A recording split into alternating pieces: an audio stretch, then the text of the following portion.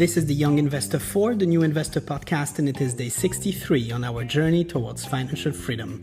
Another news is adding some fuel on the fire between the US and China, this time with the direct intervention of a tech giant, Google, forced to cut off Huawei from Android access. That is bold, could seriously hurt this company should this be sustained, and probably force Chinese to even cut off any middleman in the future and use their own operating system. Who knows?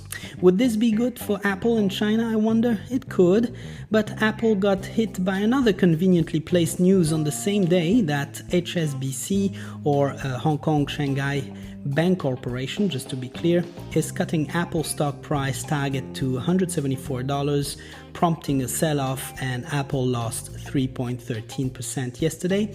Coincidence or not, I don't know. Again, politics and news, nothing to do with the actual value of the company and its potential to create much more of it in the long term. I am a strong believer that these two economies, being the largest in the world, should actually collaborate rather than anything else, and I believe they will. Once they do, you can be certain that your current investments will pick up some serious value. That is obviously my optimistic and positive view on it all.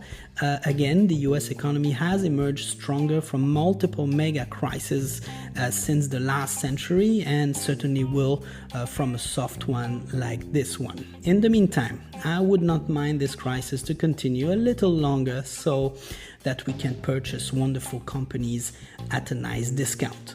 For those who have been listening to the last 43 episodes of the podcast and have not yet started your investment journey, I can't help but ask, what is holding you up? If you are listening, it would therefore mean that you are ready for a change, ready to start sacrificing some of your comforts to invest today for your future self, whatever the cost may be.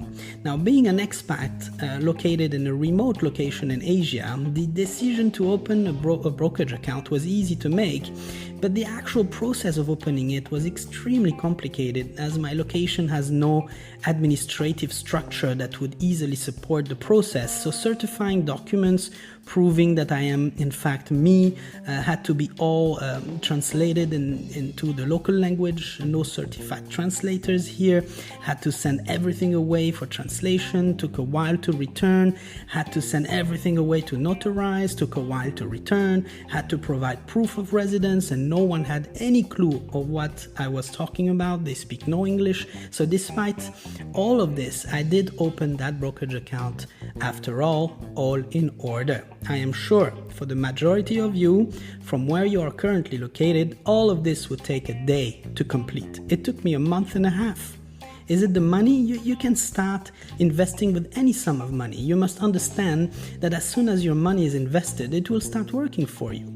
Put aside all the ups and downs of the market. That should not scare you. Your money will do better over time, as the US economy will do better over time. I cannot talk about other markets around the world, as I am just invested in the US, which is for me good enough. So don't complicate things, keep things simple as I do. If keeping it simple and safe ruins me over time, then it would be a historical first, but at least I would have started investing, and I would not regret it. Audit your expenses also and drastically reduce them, and be creative there. Have no shame. Other people do not matter. You matter. Allocate a percentage of your income for investments. Pay yourself first. Invest that percentage on the very first day you receive your income every month. Grow your income through another job or excel at your own current job. Look around your house and sell things you do not need. Use that money to pay off debt or invest it. I decluttered 80% of my belongings. You do not need 80% of your stuff, or even 90%. Move to a smaller house, buy cheaper clothes, sell your watch. Your focus is on two things where applicable. One, clear off any debt faster than you had originally calculated or planned. Two, invest any disposable income you create. So I will not yet talk about not depending on a single source of income yet or how to get there, as I still do depend on one, but that is just a matter of time before I no longer do. In the meantime, and until we all achieve a solid net worth, financial independence and freedom, I wish you a fantastic day ahead.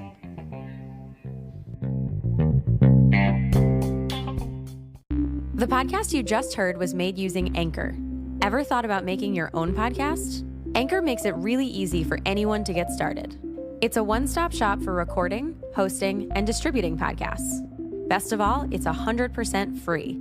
Sign up now at anchor.fm/new. That's anchor.fm/new to get started.